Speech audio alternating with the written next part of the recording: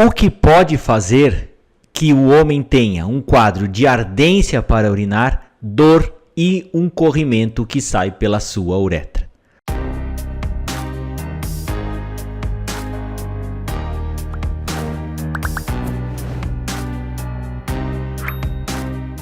Oi, gente, me chamo Lucas Felipe Gomes, sou médico urologista da cidade de Concórdia do estado de Santa Catarina. E nesse vídeo nós vamos comentar sobre uma ocorrência muito comum, conhecida como um quadro de uretrite, que é a manifestação de ardência e principalmente uma secreção purulenta pela uretra de homens.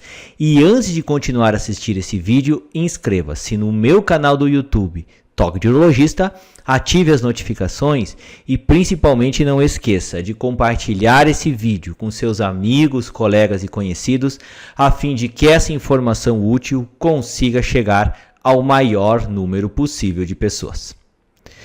Quando recebemos um homem no nosso consultório com uma queixa característica de ardência para urinar, acompanhada do que chamamos de descarga uretral, que nada mais é do que a presença de um pus saindo pela ponta do pênis, pelo localzinho que faz o xixi, chamado de meato uretral, a primeira hipótese diagnóstica que nós devemos sempre ter em nossas mentes é um quadro de uretrite, tá? E por que esse diagnóstico de uretrite é tão importante assim? Por que ele assume tanta importância, principalmente nessa parte da urologia, no capítulo das doenças sexualmente transmissíveis? Por quê?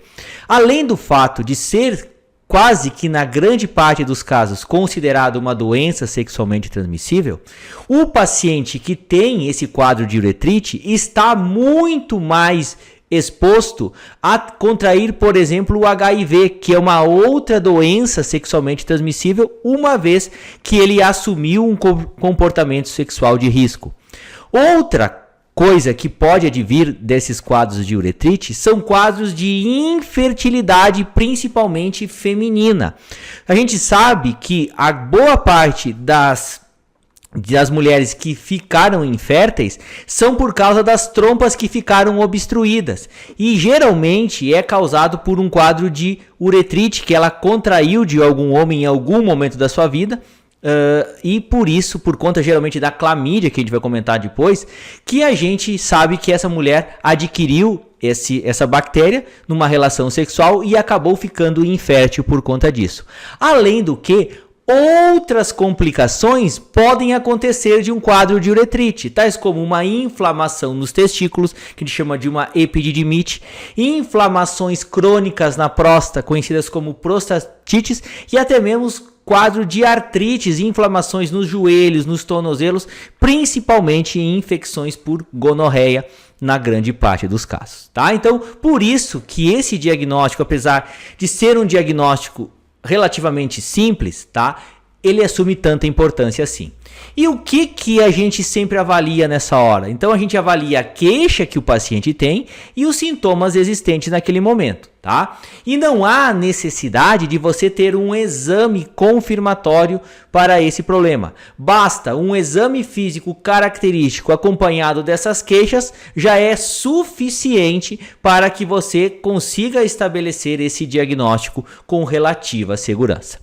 E como que a gente divide essas uretrites, tá? Então a gente divide em uretrites gonocóxicas e uretrites não gonocóxicas, tá? Então a uretrite gonocóxica é causada pela gonorreia, que é a Neisseria gonorrhoeae, que é o nome dessa bactéria, e as uretrites não gonocóxicas nós temos além da clamídia trachomatis, que causa esse problema, pode existir também ureaplasma urealítico, pode alguns tipos de micoplasma, pode até mesmo o herpes e a Escherichia coli principalmente em pacientes homossexuais. Por quê? Porque a Escherichia coli é pacientes heterossexuais que praticam sexo anal por conta dessa Escherichia coli. Ela é uma bactéria muito presente nas fezes, e pacientes que realizam essa modalidade sexo anal, eles podem ter essa uretrite por conta dessa Escherichia coli em casos de uretrites não gonocócicas, tá? Então, e até 20% dos casos a gente não consegue descobrir o que causou esse problema. Então, nesses quadros, pessoais, vamos falando agora da uretrite gonocócica causada pela Neisseria gonorrhoeae, o que geralmente é a manifestação característica? É aquela ardência enorme para urinar acompanhada de muito pus saindo pela uretra. E o tempo de incubação geralmente o homem pega essa doença, e pega essa bactéria e começa a ter essas queixas, varia de 2 a 5 dias, e em alguns casos podendo ir até a 10 a 12 dias depois desse contato sexual, tá? Então, geralmente é uma doença que causa um desconforto urinar muito grande, e esse pus costuma vir em grande quantidade. E pode até mesmo atingir os testículos, tá? Dando quadro de inchaço no órgão testicular, fazendo até uma orquipedidimite, tá? Então o paciente fica com uma inflamação nos testículos por conta disso. E homens ou mulheres que realizaram sexo oral pode até mesmo dar uma faringite, que é uma inflamação na garganta, tá? E em alguns casos, quadros que essa doença se espalha pelo corpo, essa gonorreia se espalha pelos órgãos, pode dar um quadro muito sério, umas artralgias, tá? Artrites, fazendo com que as articulações, principalmente dos joelhos, fiquem muito acometidas, tá? E caso o paciente tenha um comprometimento mais extenso da uretra, não seja só no início da uretra, ele tenha esse acometimento mais numa extensão maior da uretra, pode vir acompanhada de sintomas urinários muito significativos, tais como vontade de ir diversas vezes para o banheiro, e às vezes até mesmo uma dor na região peniana ao evacuar nessas horas, tá? Então, o quadro da uretrite por gonorreia é um quadro bastante florido, tá? E a depender do grau da extensão desse acometimento, pode dar outros sintomas não tão característicos assim.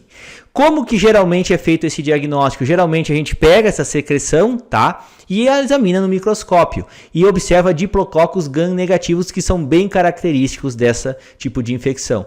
Ou a gente, mais modernamente, a gente faz um exame que é um exame bem mais atual, que a gente pega a urina desse paciente e, através de fragmentos de parte dessa bactéria, através dessa parte molecular, tá? A gente detecta fragmentos dessa bactéria através de uma técnica de PCR e consegue estabelecer esse tipo aí de diagnóstico. E o tratamento geralmente é feito com um antibiótico, tá? Geralmente a ceftriaxone aplicada em dose única, tá? Só que devemos ter cuidado, porque a resistência em certas partes do país e principalmente do mundo dessas gonorreias está ficando cada vez mais elevada. Então, às vezes, esse tratamento dito convencional, esse tratamento mais comum, às vezes não funciona num primeiro momento, e a gente deve trocar por um antibiótico bem mais apropriado. A boa notícia é que você realiza o tratamento e tão logo o paciente, dentro de poucos dias, já consegue voltar à normalidade da sua vida, tá? Então, sempre que é descoberto esse diagnóstico de essa uretrite por gonorreia, a gente sempre deve comunicar à parceira ou os contatos sexuais que esse paciente teve durante esse período de tempo. Dentre as uretrites não gonocócicas, como eu falei antes, nós podemos citar as infecções além da clamídia trachomatis, que é a mais comum delas, que a gente vai dar uma faladinha um pouco mais, nós podemos citar o micoplasma, nós podemos citar ureaplasma urealítico, podemos citar o herpes e podemos citar a Escherichia coli, que, como eu falei antes, é aquela bactéria que está muito presente nas fezes. Mas dentre as uretrites não gonocócicas, nós temos a clamídia como a principal representante desse grupo, tá? E a clamídia, ela tem um período de incubação que varia de 2 a 3 semanas. Então, é um período de incubação um pouco mais lento, o paciente demora um pouquinho, tempo demais para ver as manifestações dessa uretrite, e por isso que ele pode contaminar mais pessoas, tá? Então ele não sabe que tem esse problema, e como essa manifestação demora um pouco mais de tempo para aparecer, ele pode também passar essa clamídia para os seus parceiros, para as suas parceiras, ao longo desse tempo que ele se encontrava assintomático. tá? E geralmente as manifestações costumam ser mais brandas, tá? É um corrimento um pouquinho mais claro, a ardência não é tão grande assim quanto a ardência da gonorreia, tá? E geralmente, tá, o diagnóstico é feito, não existe um meio de cultura específico para clamídia, tá? Nem você consegue visualizá-la no microscópio diretamente, geralmente é feito através hoje de técnicas de PCR, que é aquele exame que você realiza também para descobrir o diagnóstico por gonorreia. Então o paciente faz xixi, tá? E fragmentos dessa bactéria são detectados através dessa amostra de urina e se faz o diagnóstico dessa uretrite por clamídia nesses casos, tá? Então, como eu falei, tem uma repercussão muito grande, pois pode ser causa de infertilidade, tanto em homens quanto em mulheres nesse caso, tá? Então, tão logo, tá? Você perceba, você visualize um quadro de ardência urinária acompanhado de uma descarga na uretra, de pus, geralmente já dá pra gente estabelecer esse diagnóstico de uretrite e como na boa parte dos casos é sempre considerado uma doença sexualmente transmissível, é necessário procurar um médico para estabelecer o tratamento apropriado para que você não contamine outras pessoas com esse problema. Eu gostaria de agradecer a todos, inscrevam-se no meu canal do YouTube, Toque de Urologista, curtam e compartilhem esse vídeo, deem o seu joinha se essa informação foi de relevância para vocês, deixem suas dúvidas, críticas, comentários, sugestões, um forte abraço, fiquem com Deus e até o nosso próximo vídeo.